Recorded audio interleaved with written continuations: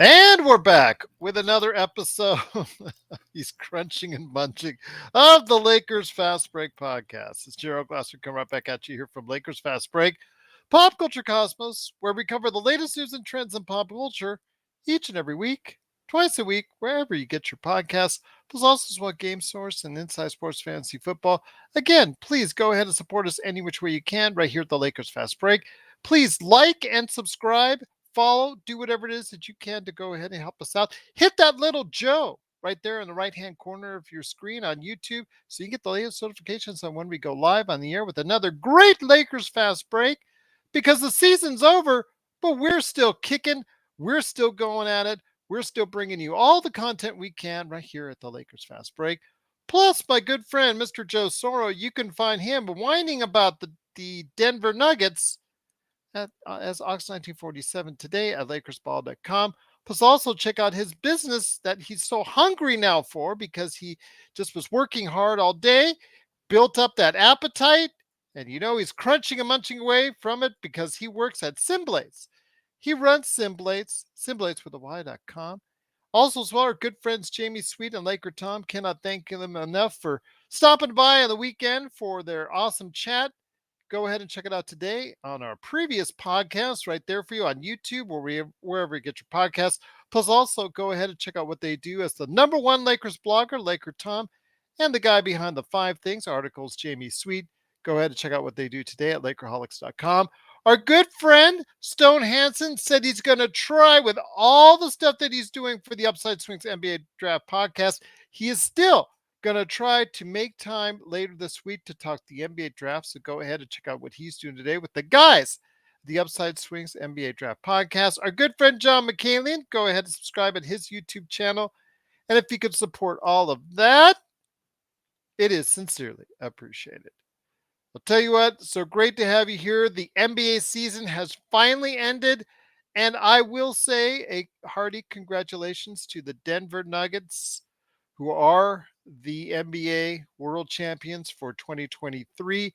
The team that Luca in the chat, well, actually, Luca in the comments said would beat the Lakers 99 times out of 100 if they played it all over again. And he and I had a little back and forth on that. So I heartily disagree that the Lakers would lose 99 times out of 100 to this Denver Nuggets team. But you know what?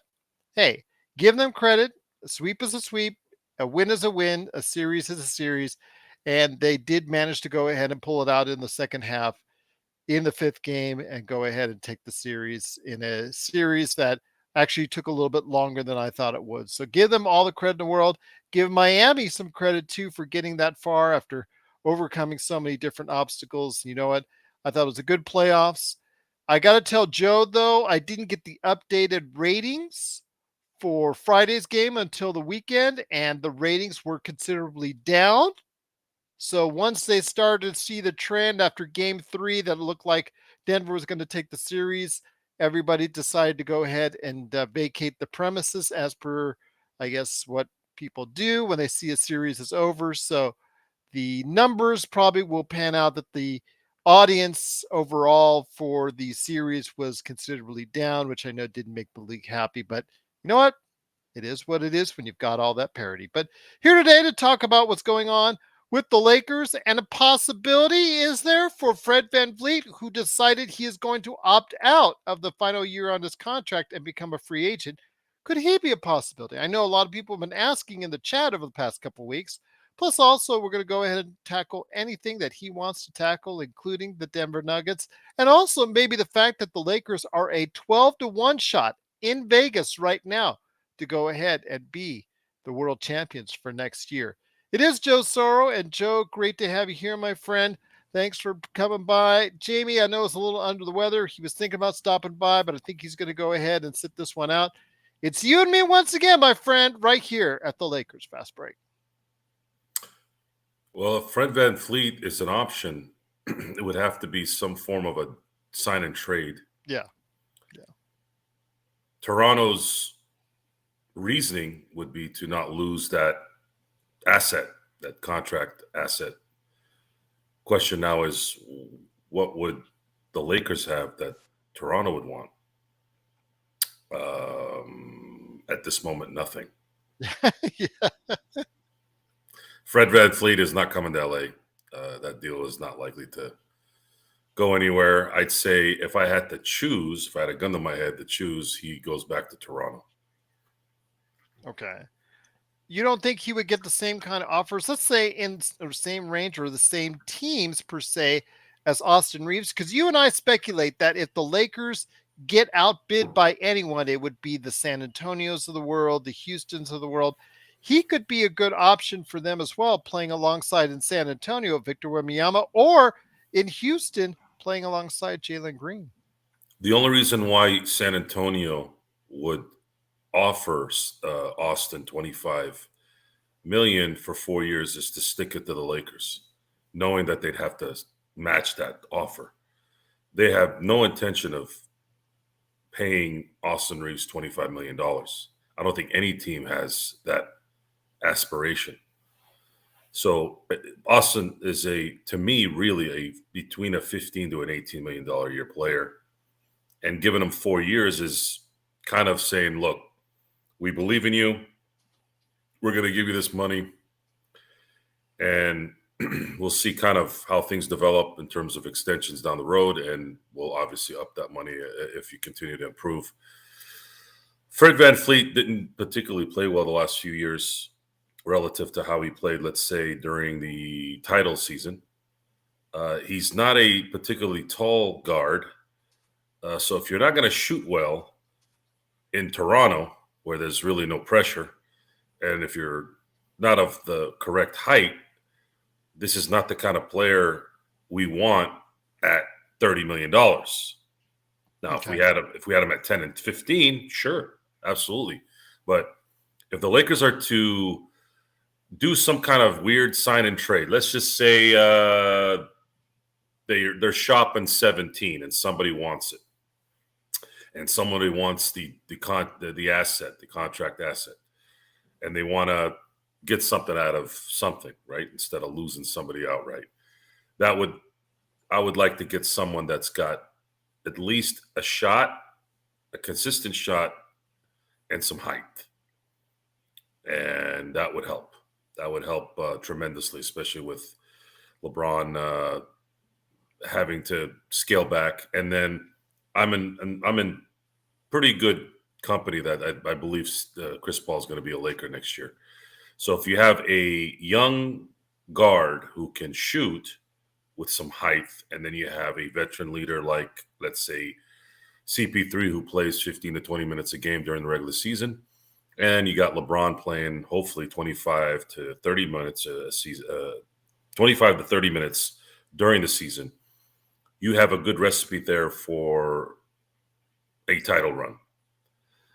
Obviously, AD needs to play like AD was playing the last few months on defense, especially. But I would love to see if there's something done here this summer with his injury. I think there is something lingering there. If there's a way where we can get him to be 100% by training camp without any issues, then you can get AD playing good on the offensive side as well. And if he's available for 70 games, you might be able to see him either win a Defensive Player of the Year or at least get in the top 3 MVP area, which every year we've been talking is if AD is in the MVP conversation, the Lakers are going to win. Once again, it's the Lakers Fast Break. It is Joe Soro, aka Ox1947 from Simblades and LakersBall.com. With me, Gerald Glassford. Truly appreciate you stopping by. BZ808 says DeJounte Murray is someone to look out for. You know what? Someone's been listening to a little Laker Tom as of late, because that's one of his targets in his latest articles right there for you. He also discussed that a little bit on the Lakerholics Spotlight. So your thoughts, is there even a possibility after the trade for 3 number 1 draft picks last year by Atlanta to go ahead and bring him over from the Spurs, and what I think was a killer trade for the Spurs? Didn't exactly work as a good fit with Trae Young. I don't think that it was a great mix with working with each other. In theory, it was probably going to be very nice, but unfortunately in practice, it didn't quite work out that way. DeJounte Murray would be a great, but exactly how do you get him over here? No, you don't go after someone that the Spurs discarded. That should be enough to tell you that that might not be the right Wait, player. didn't we get Lonnie Walker the fourth last year? We got him at a minimum contract and No, it was an MLE. mid-level exception. Sorry, the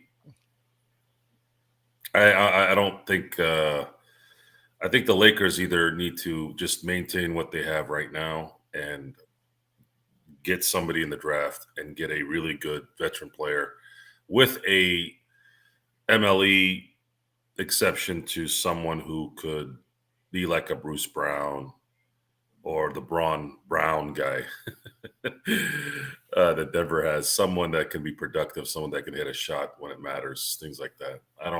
I'm not really. So you don't think Fred VanVleet, he's shown to be a clutch player. Yeah, his numbers from behind the arc dropped, but he made up for it in, as far as in the 2 point area. That rose. He became one of the top 10 players as far as assist to turnover ratio. His playmaking increased as far as the capabilities there. His assist ratio went up, as like I was saying.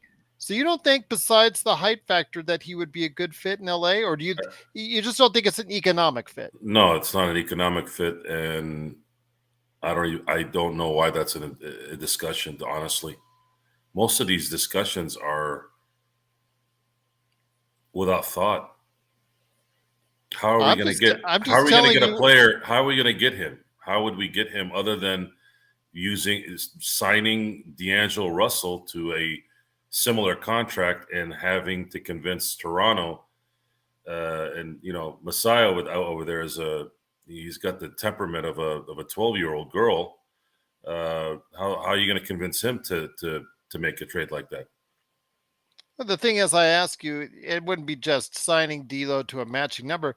Maybe it's signing D'Lo and Rui, or D'Lo and Bamba, or D'Lo and Beasley, or keeping Beasley on his 16, then utilizing it from there. If they feel that that's their only option, And he really wants to not be with the Toronto then Raptors.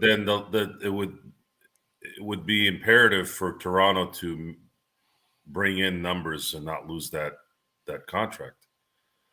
So yeah, there is a possibility, but I don't see how that's going to work.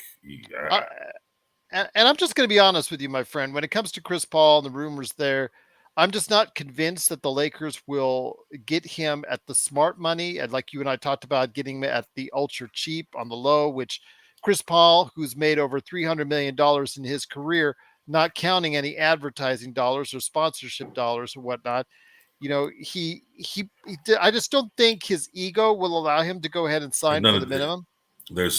then you don't sign him. There, you cannot risk losing the few assets you do have, or options, I should say, with the MLE and the draft pick. You cannot lose those two options unless you're bringing in a legitimate star, someone who is going to cover for LeBron at the very least. You just can't do that. You already learned your lesson with Russell Westbrook. You can't. You have to go. You have to play this very smart this time. You have to make sure you get someone that has some substance in the draft, and you have to bring in someone that has some youth and some ability with the mid-level exception. And bringing in Chris Paul is a veteran move. That's it. That's why it's called the veteran minimum. If he wants more money, let him go to Miami. Let him go to New York, wherever those are, and that's it. If Chris Paul stayed healthy during the end of seasons, you might consider it, but he doesn't. And even when he is healthy, he seems to not perform well. So I'm not risking any of our ability or any of our options that would enhance the team, because Chris Paul's ego won't allow him to take the veteran minimum. Then go play with Miami. There's been a lot of rumors for years where he'd flourish in Miami, and maybe he would. Or back to the Clippers. I don't think But so. they can no. I'm sorry. They can only sign him for the minimum. That's right. Yeah, they're so cap. They're so cap fixed that they can't sign him. Yeah, you don't look. You've already got a little bit of a hex on you. You don't want to go to quadruple hex of the LA Clippers. The LA Clippers are a loser franchise that won't win anything in their existence until I see it. They're losers. They're a loser franchise, and they have the same problem Chris Paul has. They come up short when it matters. Well, big shout out to Denver Nuggets, baby, because his team did win the NBA championship earlier this evening, the Denver Nuggets. Before we head back to what the Lakers need to do, and I want to talk to you about the odds for next season here in a little bit. Plus, also, if you caught the Winning Time season 2 trailer as well. Your thoughts, though, on tonight's final victory, game 5 victory. It looked like Miami was going to go ahead and put up a good challenge, but they could never separate themselves, only just barely eking above double digits a couple times. But in the second half, as soon as they were able to escape some of the foul trouble, Jokic and Murray were able to go ahead and lay it thick. And then the defense, something which we have not talked about too much from Denver, was I got to give them credit because they did play really hard, dedicated on the defensive end most of the series. And ultimately, I think that's a big reason why they got it done. Well, they got it done because they're the best team in the NBA, and Miami is somewhat of a microcosm of the East. Literal. They look like gangbusters in the East, but when they play the West, they turn into pumpkins. Even with all the might and all the effort and good coaching by Spo, all that, at the end of the day, they just can't beat the best team in the West, no matter how much they try. And Jimmy Butler, unfortunately, had probably his worst playoff game that I've seen him play in this game, and they needed him to just play normal, and they probably would have won this, but maybe they wouldn't have. This Denver seemed to have. I felt very Laker-like. This felt like I've seen the Lakers win championships like this several times, where they're kind of meandering a little bit, and all of a sudden they're down 10, and then something happens, and they start making a couple threes, then they get a couple stops, and all of a sudden they're up 10. Search, that's a good point. I think them allowing Boston to come back, being up 3-0, might have actually took them out. If they had swept Boston, they would have gotten a good amount of rest, at least mentally, and maybe had a because they better were going to, shot. the league was not going to start the finals until June 1st, either which way, because they had been advertising it. Yeah, forever. it would have been at least finish it off in 6, but they allowed Boston to come back and extend it, and that game 7 was pretty tight. I mean, well, not tight, but it's just you didn't need to go that route. You should have just closed it out in game 4. But what are you gonna do? You know, I don't know if it would have mattered anyways. I think Denver was the best team in the NBA, and I think you said it, Gerald. I think we might have watched the NBA Finals really in the Western Conference Finals, which I don't really even consider that an NBA title series because it sucked. It was a 4-0 sweep. So, but then again, Lucas says that they would beat the Lakers 99 times out of 100. So I don't care what Lucas says. Oh, neither do I. But I will say, though, the odds for next season have already come out in typical gambling fashion. That's a good bet, by the way. If the Lakers are 12-1, I would put $1,000 on that. Well, let me just give you the heads up right now for everybody out there for entertainment purposes. Of course, just want to let you know the Nuggets, of course, are the favorites for next season early on, plus 475. Boston Celtics are plus 575. Milwaukee Bucks are plus 700. Phoenix Suns are plus 850. Then you have the Golden State Warriors, 76ers, and Lakers all at 12-1. So your thoughts, any surprises there? Maybe that the Boston Celtics are above the Milwaukee Bucks, but I think it's just because of the fact that Middleton and Lopez are currently, their status for going forward with the Bucks is kind of in question. The Boston Celtics seem a little bit more solidified with their rotation at the as of this point in time. Your thoughts? Does any of those teams stand out as far as something you might want to be interested in? Milwaukee's in a little bit of a quandary right now. I think, okay, bringing back Middleton. I don't think Brook is coming back, but bringing back Middleton will obviously keep the 1-2 punch of Giannis and Middleton. But they need another guy. They need another guy that can kind of be or at least a couple guys, kind of like how Denver won this year, where they had Gordon and Porter, where those guys would take turns on who would kind of be the third guy, uh, because they've kind of blown a couple of these runs that they should have had in the East. East is not good. I mean, I know Boston's a formidable team and Miami's got a lot of heart, but Milwaukee should have been in the finals the last few years. They had the talent. They had a two-way future Hall of Famer in his prime. You had you've won a title. It's not. I mean, the 1 seed losing to an 8 seed. Not only losing, you got your rear end beat the whole series. So I don't know. I don't know what's going to happen there. It's going to depend on, I think, who they get in, and if they can get a third guy in there that can be kind of a buffer when Giannis isn't able to hit shots and when Middleton is, not feeling too well. Budenholzer gets the blame, which that's kind of how Budenholzer. I'm sorry, Budenholzer gets the blame, just like every other coach. As soon as they start blowing leads or whatever, it's like, oh well, it's the coach's fault. Well, coaches get tuned out, I guess. That's how it rolls. And then that's what happened there. I don't know. I don't know how that's going to play out in Milwaukee. I don't know who wants to go to Milwaukee. Giannis seems to be a good enough guy where he's going to be loyal to Milwaukee unless he has to leave for whatever reason.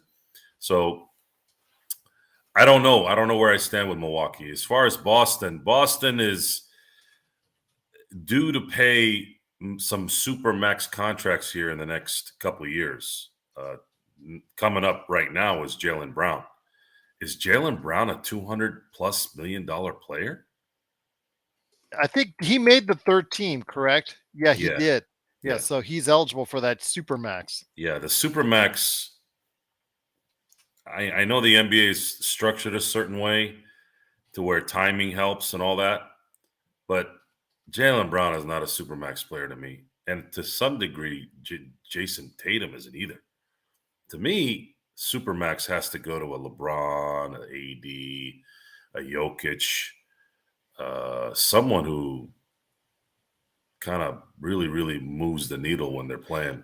Well, let me ask you this, Search and Destroy. Is Brown solid enough for a $250 million contract? He's solid, but he is Plus. he is not a superstar to me. And I'm a little more harsh when it comes to the term superstar. He's extremely good. He's solid, but he is not a supermax player to me. Tatum has the ability to be a supermax player, but he still has too many lulls in these series. Too many lulls.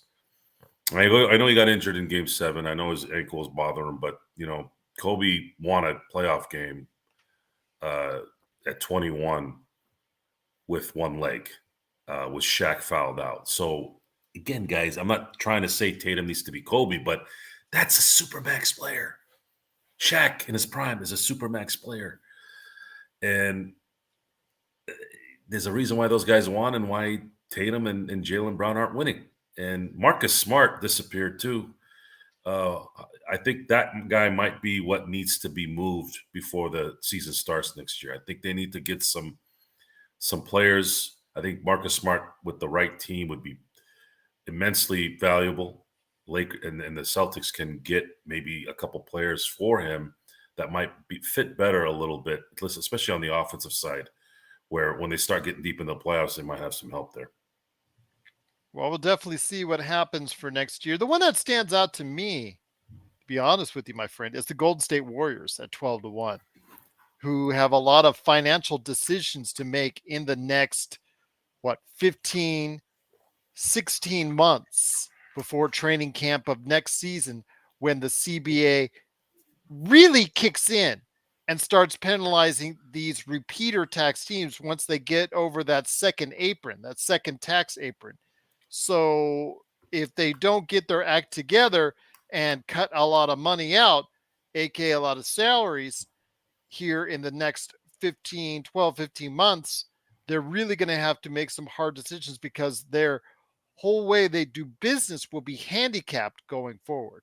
I really think that's a hard one to stay at the level that they're at right now. A So lot the of what I word saw. the word got out a little bit Plus, they recently. lost Bob Myers. Yeah, That was, I think, that's a and the big hit. reason why they lost Bob Myers is there's some talk that Steph didn't want this to be broken up, and Bob Myers says, "Well, we need to break this up." I think there was some rumors that Bob was trying to trade Clay. Steph said, "Absolutely not."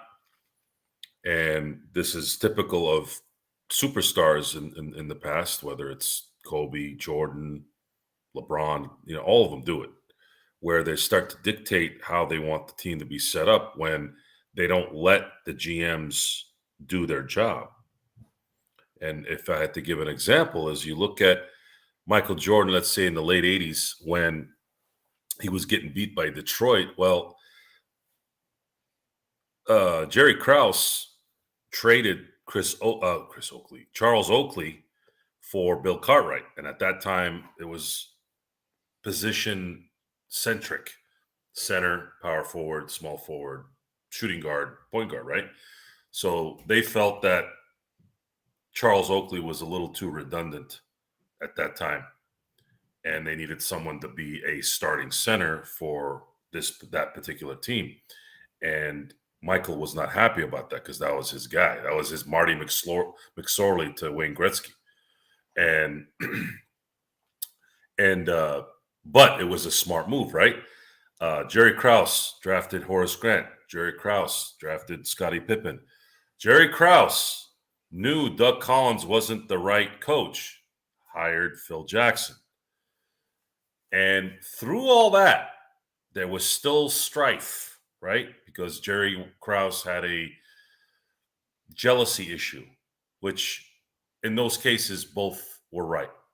I have said this on the show a few times, and I say it in everyday life in general. Sometimes both parties are right, but a lot of times, being a human being, you want to be more right. Jerry Krause was a very, very integral part of the Bulls being what they became, especially in the late 80s, early 90s. And obviously, Michael Jordan was the most important part. And in this case, it's similar. It's a similar thing that happened, which I sort of just felt that's what was going on, because why would Bob Myers not sign a contract? He didn't sign a contract because he knew he was going to leave. And the reason why he was going to leave this model franchise is because no one's going to listen to him. Okay, if you're not going to listen to me, I'm going to bounce.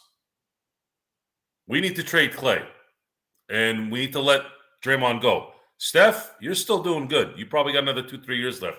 You don't want to win more. You don't want to win more championships. I got to trade these guys. They're not helping you out. Wait a minute. We just won a championship last year. Yes, that's great, but it's always smart to be there a little early than too late. And we saw what happened to Mitch Kupchak when he did that with Pau Gasol and Lamar Odom. Before that, you know what? Vetoed the setup, right? Yes. It's a very difficult. It's a very difficult business because feelings get hurt. Players don't understand. They're loyal, which it's a double-edged sword. Loyalty sometimes can get you in trouble because if someone isn't capable of doing what they need to do, and you're loyal to them, the emotion gets into there. You can't focus. So, with that, I'm waiting to see if Draymond Green picks up his final year, because that's the only way this thing stays together. And if Draymond's on the Golden State Warriors next year, you can kiss their dynasty goodbye. Well, their dynasty's done as of right now, The Lakers put a stop to that. But next year is just going to be a dead season for them. They're not going to win anything. Once again, it's the Lakers Fast Break. It is Joe Sorrell from Simblades, Simblades with the Y.com, and LakersBall.com as Ox1947, along with me, Gerald Glassford. The Denver Nuggets have won the 2023 NBA championship, and the season is now over, so we can totally focus now our attention on what the Lakers need to do to improve so that they can become the 2024 NBA champions. My friend, when it comes to what you see out there, I know that's we're going to go ahead and dedicate at least more than one episode as it gets closer to the end of the month on free agents and who they need to target. We're just hearing rumors and innuendo right now. Obviously, the VanVleet announcement today that he will forego the final year on his contract to become a free agent. That sparked obviously a lot of talk around LA and the LA scene. So you don't think that you don't think the Lakers should go and make a concerted effort to go get Fred VanVleet? I never said that. I just said it's not. He's not coming It's to LA. not feasible. It's not economically feasible. No, anyone who's hinting at Lakers is just leverage pulling. That's it. There is no free agent in this offseason that's in their prime, that's ready for their big contract, their second big contract or first, that has any shot at being a Laker. Zero. The other GM would have to be the dumbest GM in the league. It's just not possible. The Lakers are going to get someone for the MLE, and then they're going to draft someone at 17, and then they're going to pick up a veteran player, Chris Paul or someone else. And they're going to need to see some of the young guys come up. They're going to need to see Max Christie come up. They're going to need to see Austin Reeves be a little bit better, which that part is a little bit tough because I don't know where else he could improve. He was really good. Is he going to score more? Is he going to take more of the point guard duties? Is he going to shoot 45% from three instead of 39, 40%? Max Christie, is he going to be a solid 7-8 player on this team? Is the draft pick at 17 going to immediately pay dividends? And, of course, the MLE. Who's the guy that they're going to bring in that's going to be valuable right off the bat? Those are the questions you should be asking if you're a Laker fan. Stop fantasizing about Fred VanVleet or Murray in Atlanta or Trae Young or Damian Lillard. I told you guys the only way those guys become Lakers, or at least Damian Lillard anyways, is somebody needs to do him a solid in Portland, and he has to demand it, just like AD did.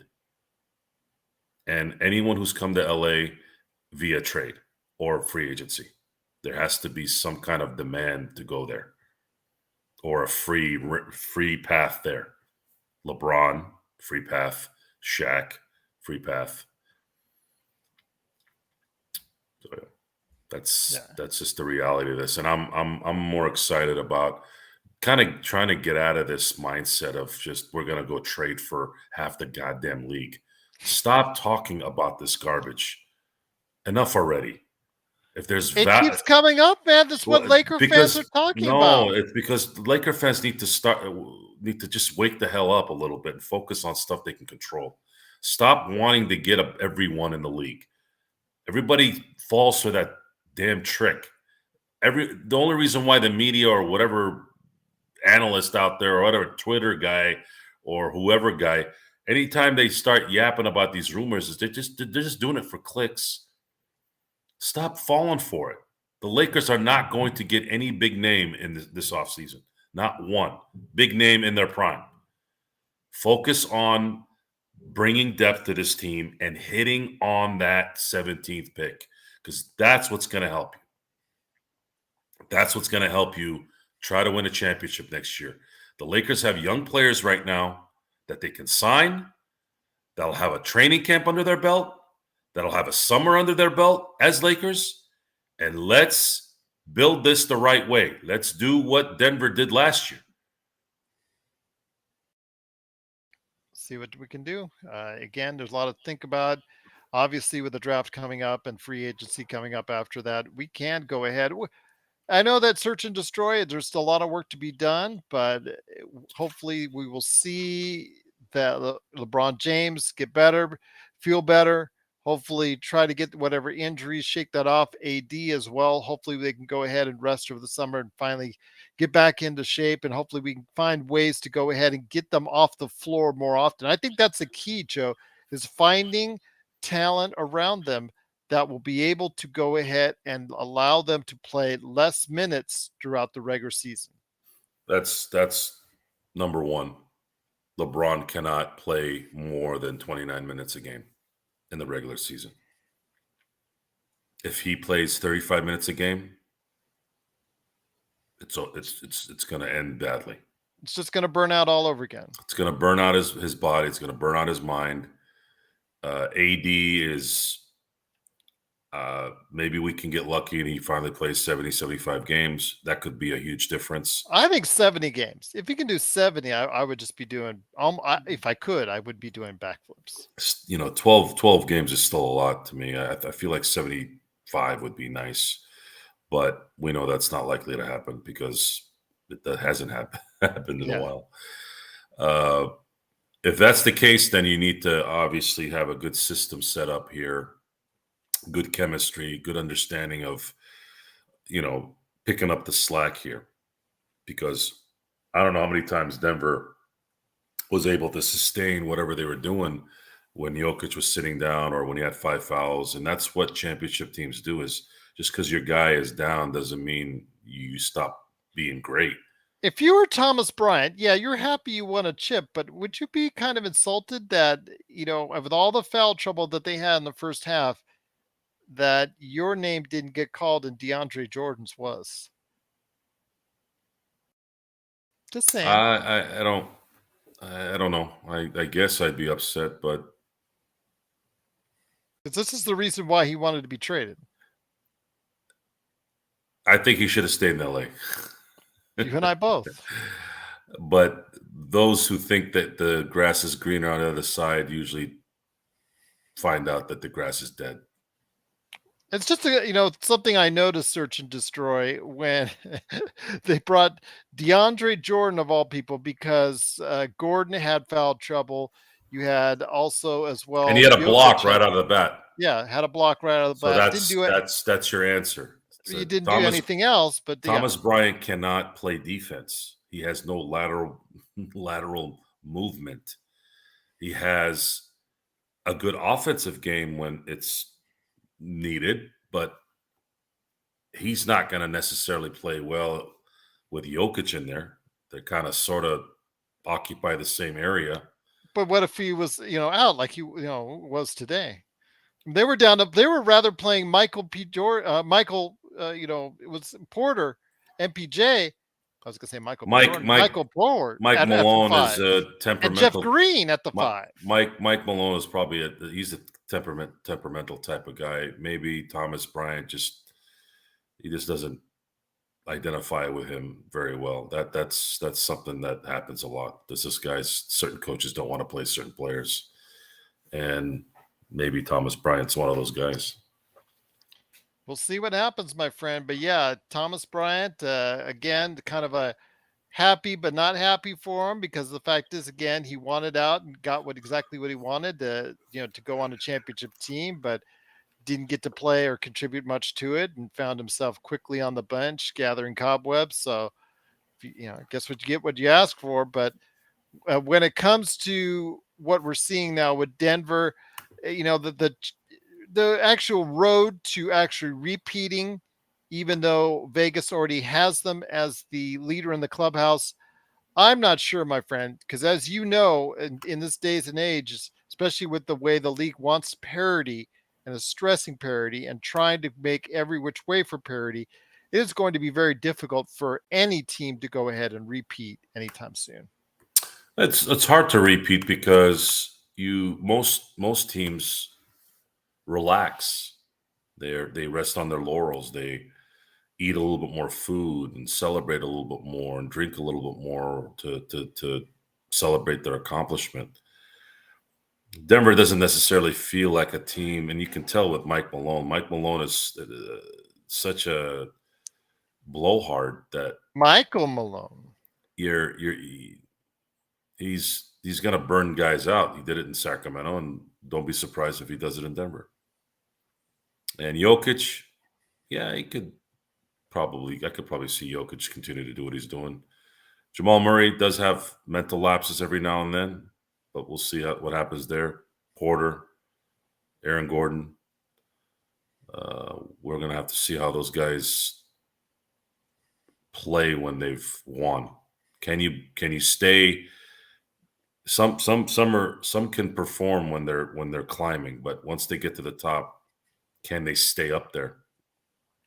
If we have a healthy LeBron, and I mean a healthy LeBron where LeBron can get to the basket, and AD playing defense the way he is and not missing chippies, yeah, I wouldn't be surprised if the Lakers took him out next year. And again, I would still take LeBron and AD healthy, or the 2020 LeBron and AD above the 2020. That's the bummer. That's the bummer. Jokic. That is the bummer is, and I know we can say that about anybody, any player, but if we had LeBron 2020, the Lakers would have won that series. LeBron could not get to the basket, and when he did go to the basket, he couldn't do it for a full 48 minutes. He did it in a half. He did it in a quarter. He just didn't have enough. He just didn't have enough to be LeBron. Because as soon as that guy was going to the basket, that was what gave him that 15-point lead in Game 4. Was LeBron was going to the basket at will. But as soon as the second half started, you hardly saw him there. Just not enough.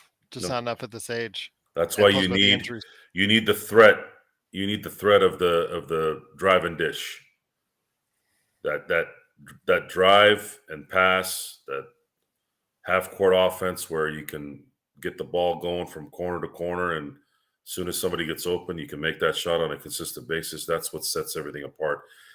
Denver made those shots. The Lakers didn't make those shots, and this is a shot-making league. It's a young man's league, but it's also a shot-making league. If you don't make shots in the playoffs, especially towards the end of games, you're not going to win games. Denver did that for 2 straight series against really good teams. So I ask you, my friend, you're going to go ahead. The season's finally over, and you're evaluating what your team needs based on players, not player names per se, but positional need right now. What are you looking for first and foremost to help build your team for next fall? We need a perimeter player who can play defense and shoot from outside consistently. That's number one. 1A is a legitimate center. We have to have a center. I was even going to say that's first, but we are a perimeter league now. But man, it's darn close. It's a 1A on that. AD needs to play power forward next year. He can come down as a center every now and then, but it cannot be a regular thing. He needs to stay at power forward, and we need a center that can play 30 minutes a game. That is imperative. Daniel, always bringing the laughter to this show every time he's in the chat. Truly appreciate him being here. That's what I'm hearing. As a Golden Knights fan who's on the verge of seeing the city and the team winning its first championship, that's all I'm hearing is rigged. And that's all I'm hearing. I'm hearing the same thing for Nuggets fans. You know what? Give them credit. They did win. They did sweep the Lakers. I'm trying to understand how the finals were rigged. He's just joking. Daniel's just joking. Yeah, Daniel comes on. He's just all full of jokes on it. He does ask legitimate questions from time to time, but yeah, he always starts off with the. If you wanted to say it was a snooze fest, that'd be like, yeah, for sure. And I think that reflected in the ratings. I think that people, once they saw what happened in Game 3 with Denver winning on the road, they thought the series was over. And as I mentioned to you, that the numbers came out over the weekend, and Game 4, the ratings went The Yeah, ratings haven't really been really that good well, in they were the 3% lower than last year with Boston and Golden State until Game 4 when it went in the toilet. NBA is it's just not you're not getting those 28 and 30s like you used to No, when you had Jordan. no, And for that's a time gone by, my friend. yeah, it's sad because you got a league that's a 20 to 30 billion dollar a year league. How are you just getting 7 million people watching the NBA finals? That's kind of embarrassing. We're in a different avenue. So many different forms of entertainment now are accessible to us as human beings. It's hard to get any type of number that's huge on broadcast What's television. what else is there out there? I know what's going on. There's nothing to watch. What is there to watch? Well, I'll start with your favorite on streaming television. I mean, there's What? Like different what? channels. The Desperate House skanks of whatever? Like what's really on TV? Oh boy. I turn the channel all the time, and I see nothing but trash. I see home improvement things that are unrealistic. You have a bunch of yahoos who are seamstresses and bartenders who've had budgets of $3 million for a house. I'm like, how the hell is that even possible? I know people who are lawyers and doctors that don't have that kind of money.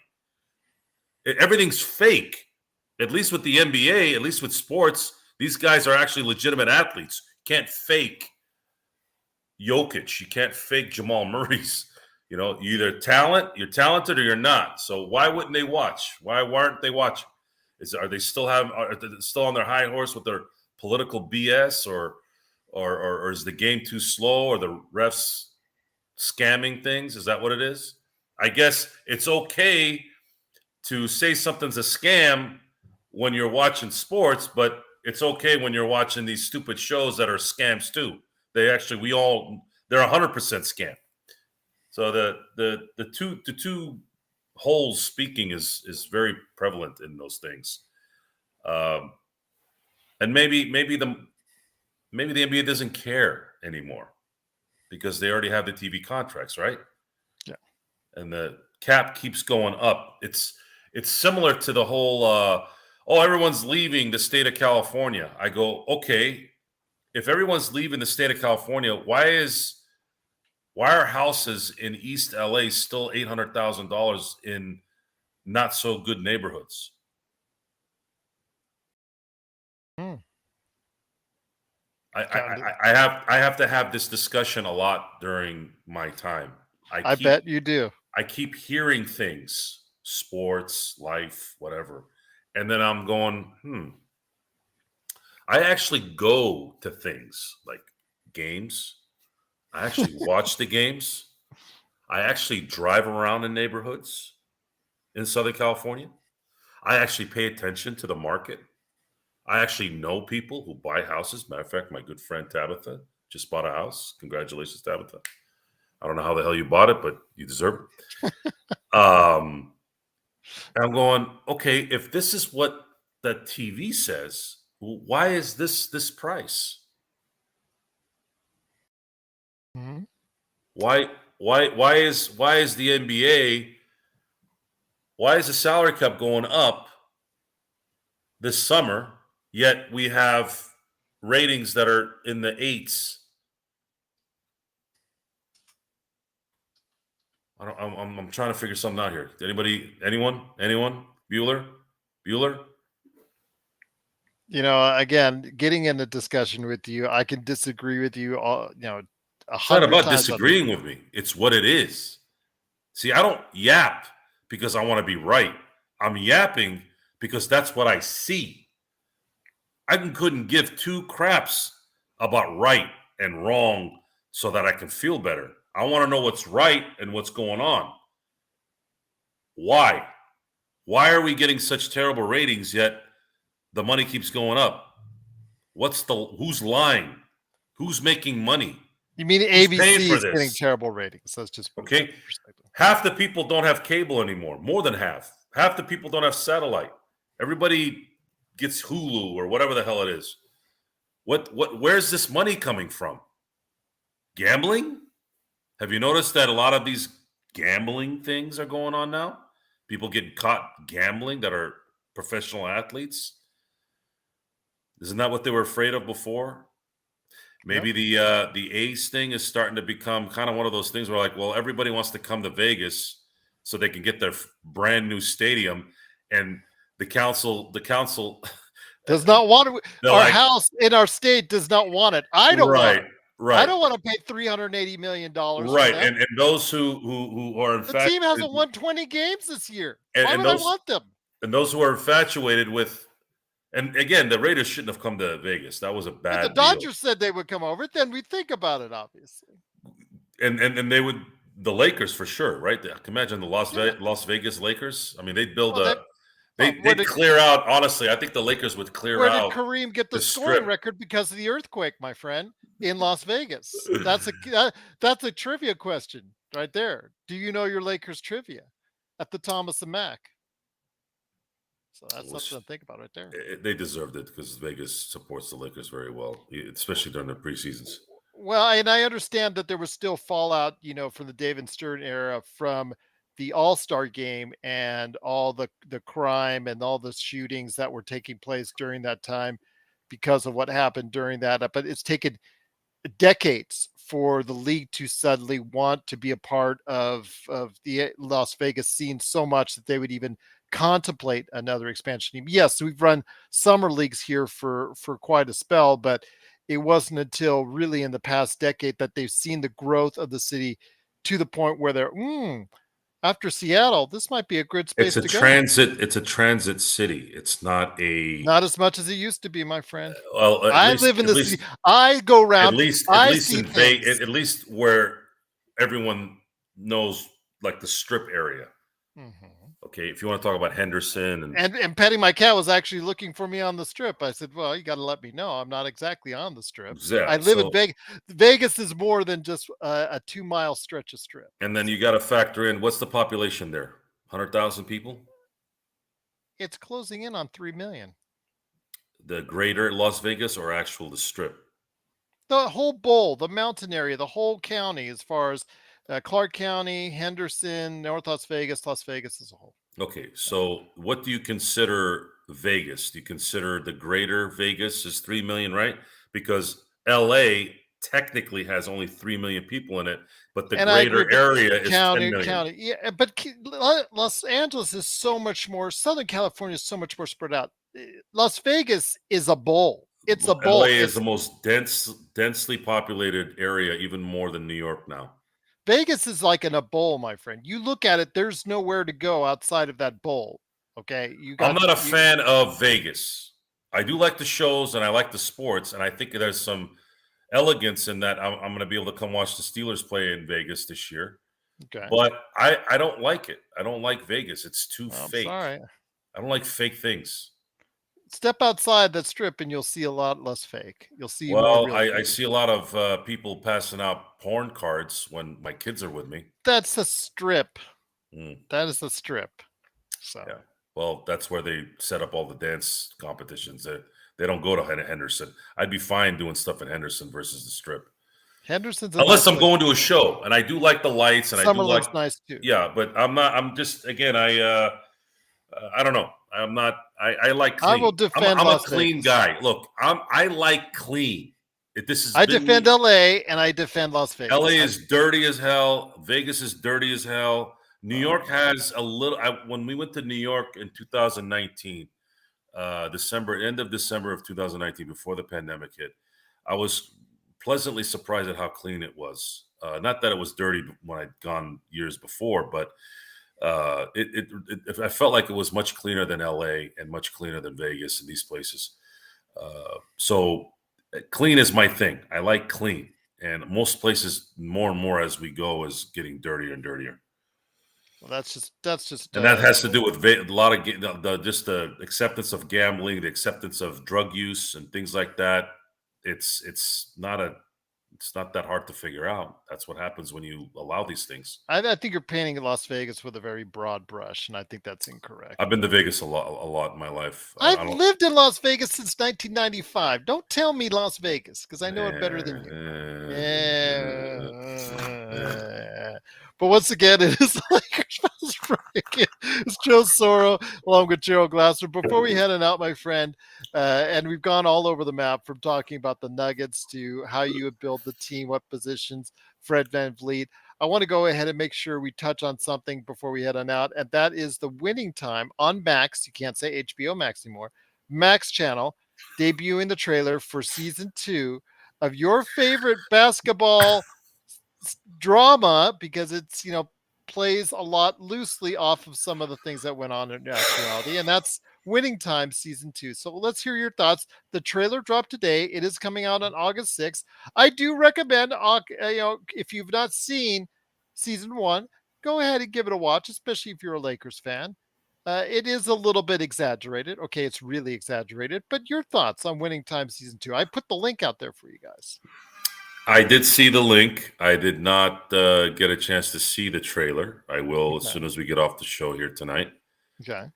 The Basically, it deals with the aftermath of the 1980 World Championship the Lakers won, what happened in the preceding year to go down the line, and that it dealt with the problems of winning, like you were talking about with the Denver Nuggets.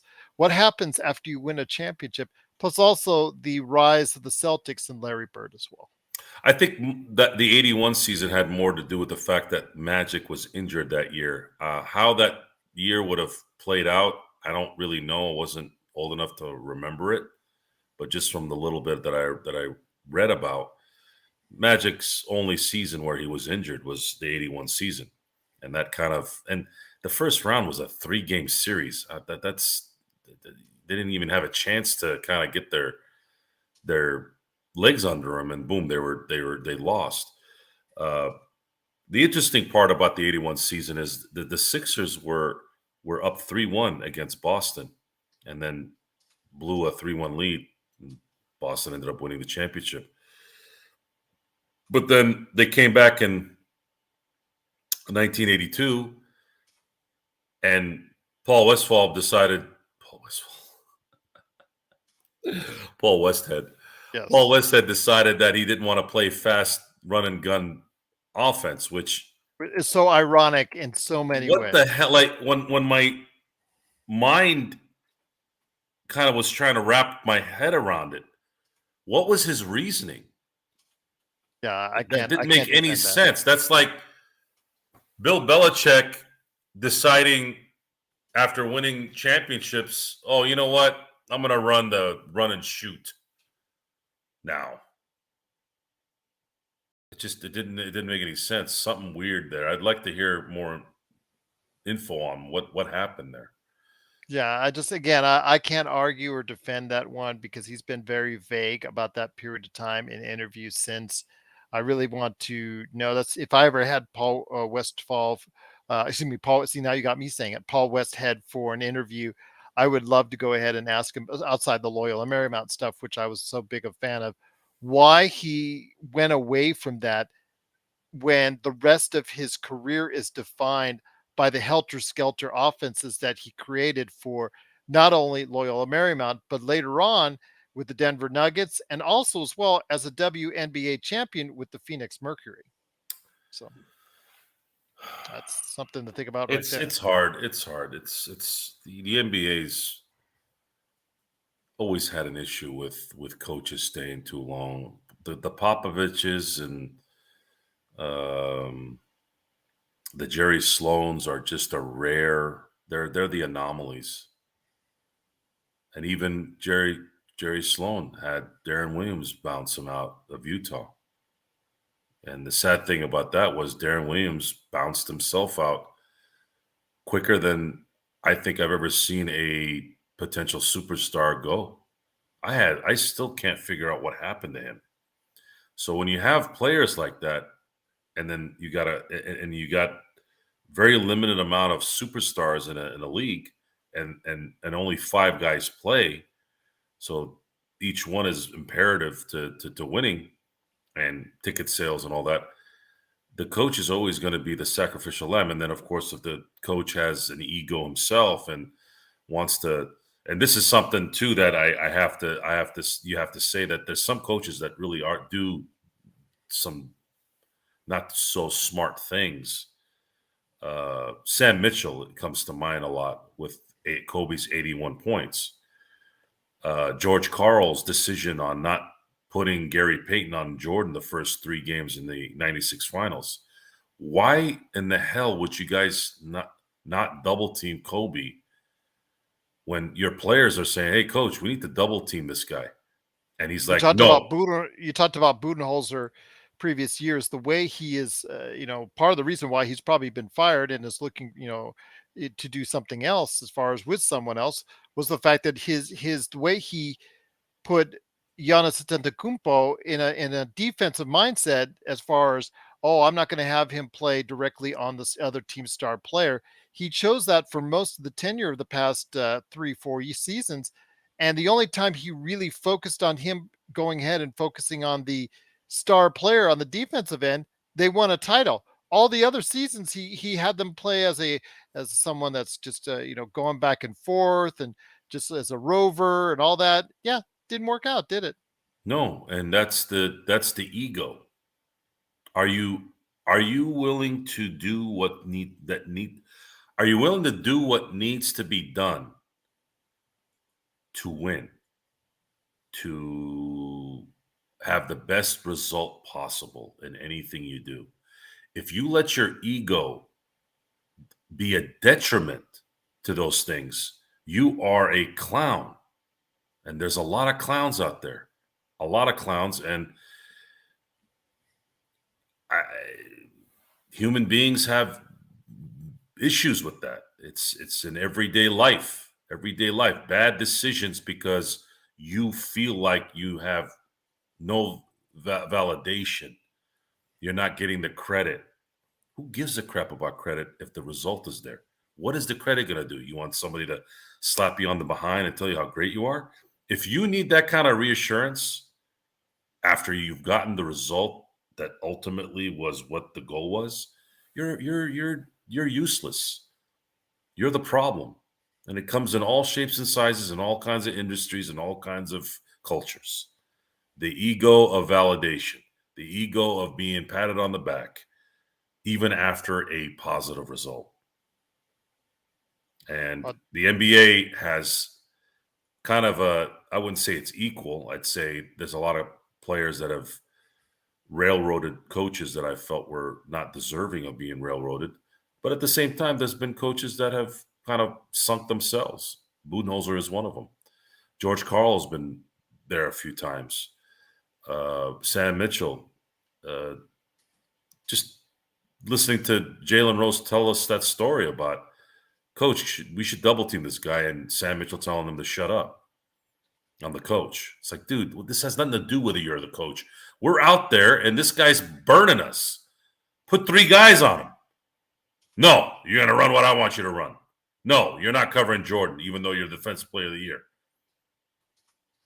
So as an owner, if I was an owner, I'd like to be like Dr. Buss and not get in the way of things, right?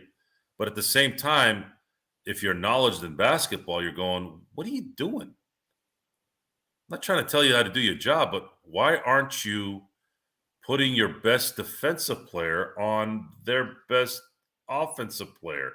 Well, I don't want to burn him out. I'm like, he's 26 years old. He's in his prime. What? He's the only guy that's played offense and defense at a high level? What? LeBron James, and Michael Jordan, and Scottie Pippen, and Kobe Bryant? I mean, isn't he a 2-time MVP, Defensive Player of the Year? What are you waiting for? Christmas? What are you waiting for? 2029? You want to preserve him? And that is another thing: is this constant this Dave Roberts mentality.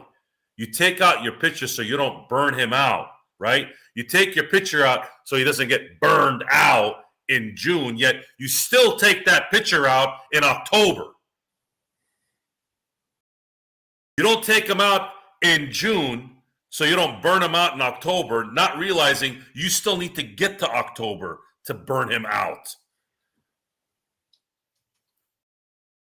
Yeah. I'll tell you what, my friend, it's been great talking to you on today's show. Before we head on out, though, before I just decide to tell you and tell everyone out there what I'm looking forward to talking about later this week, wanted to go ahead and give a big shout out to some of the Denver Nuggets that actually did win. Congratulations to the Denver Nuggets 2023 NBA champions, especially Jeff Green, who played on 12 different, this is his 12th different team in 16 seasons. And Ish Smith, I don't know, he's been traded, he's been on different teams. I think 15. I think he's been on 15 different teams, something like that. He's all, I think half of the league he's played on, and he finally gets himself a ring as well. Of course, KCP, and wouldn't you know, Joe, he plays some crucial minutes and comes up big in the clutch for them at during the latter part of the game, which again, you and I both knows when he stepped up for us in 2020. So congratulations to him, and yes, Thomas Bryant as well. So yeah, definitely. I don't give a crap. Well, I okay. just want Well, just want to get to the draft, please. I don't care about Denver or the championship. tried to be nice. Denver Nuggets baby comes on the air with us, treats us with respect. So wanted to Good go for ahead and him. give. This, Yeah. but I think one time was enough, not four times. Okay, fair enough. Fair enough indeed. But our focus is now the off season, as it is now here. The Lakers are now going to go ahead and hopefully be a part of much of what we see and talk about here in the NBA off season with trades, hopefully, or free agent signings or draft choices that they have to make. So I'm looking forward to that. Also, as well for this week, I'm looking forward to tie or actually tie Professor Joe Soro to a day when he can go ahead and go and talk about the finals, NBA finals, some NBA finals class, because it is the finals for Lakers History 101 for our current class of potential graduates. So finals are coming up. So I'm hoping that Professor Soro can go ahead and elaborate on a finals exam on the NBA Finals coming up on Wednesday. I'm hoping that that'd be a good day for you on that. Thursday, we'll come back with you on a regular show. And Friday, I'm hoping for Stone Hansen to join us as well. So, a lot of good stuff, maybe we still got in store. And actually, Laker Tom, since Jamie's going to Phoenix, he might be stopping by with a Lakerholics show this weekend, or maybe even sooner than that. I'll leave it up to him. So, I like it. yeah, so we're not slowing down, my friend. We still got lots to talk about. And if anything comes up on Tuesday, absolutely, I'd love to go ahead and talk. We'll just go. Joe's ready. He'll say if something comes up, Gerald, we got to talk about it right away. Laker Nick, I'm still trying to find out a time to get him in the afternoon because I know we've got watchers and listeners on the East Coast that always ask us when can you guys do things earlier in the day. Want to go ahead and do so. Joshua Dietz, I know, is always asking us that, so we're trying to nail down a good time and a good day for the rest of our crew here. But yeah, we still got lots of shows coming at you. What do you think, Joe? Think we could do it? Well, it's time to wrap it up, ramp it up here. Now the off season is here officially. Let's Mm-hmm. start talking about how this team is going to get constructed and focus on the common sense improvements, the draft, the options you have with your exceptions, and which guys are the Lakers going to sign. Those are the things I would like to concentrate on because I am done. I'm done talking fantasy. I want reality. I want the Lakers to put together a team here for one more LeBron AD run. I want banner 18 by this time next year. I'll tell you what, my friend, as do I. I do want to make a correction. Ish Smith has played for 13 teams. Jeff Green, 12, him 13, but they both have their title now. Now we can focus on the Lakers 100%, what they need to do in the offseason to get things done. We have our opinions always hot and ready for a team that, again, that the Nuggets, according to Luca, would win 100 out of 100 series against the Lakers. Hopefully that will change for next season. So we truly appreciate it. I disagree with him wholeheartedly. I think just because of the sheer nature of the NBA, that is absolutely not possible. But okay, be that as it may, be that as it may. So for Joe Sorrell, please go ahead and check him out at LakersBall.com. Also, our good friends Jamie Sweet and Laker Tom at Lakerholics.com, and our good friend as well. He's putting out a ton of shows. Upside Swings NBA Draft Podcast. Please go ahead and check it out. It is his busiest time of season. could be the last season he's doing this. He's mentioned that on the air before. I certainly hope not. I certainly value everything that he does for us and everything he does for the NBA fans out there. So please go ahead and support him today. Upside Swings NBA Draft Podcast and the other guys as well. They all do a great job. Please go ahead and check them out. And of course, everything that we do here, we're going to keep at you with a whole bunch of stuff this summer. Now that the season's over, it's just begun for us here right now and coming soon at the Lakers Fast Break Podcast.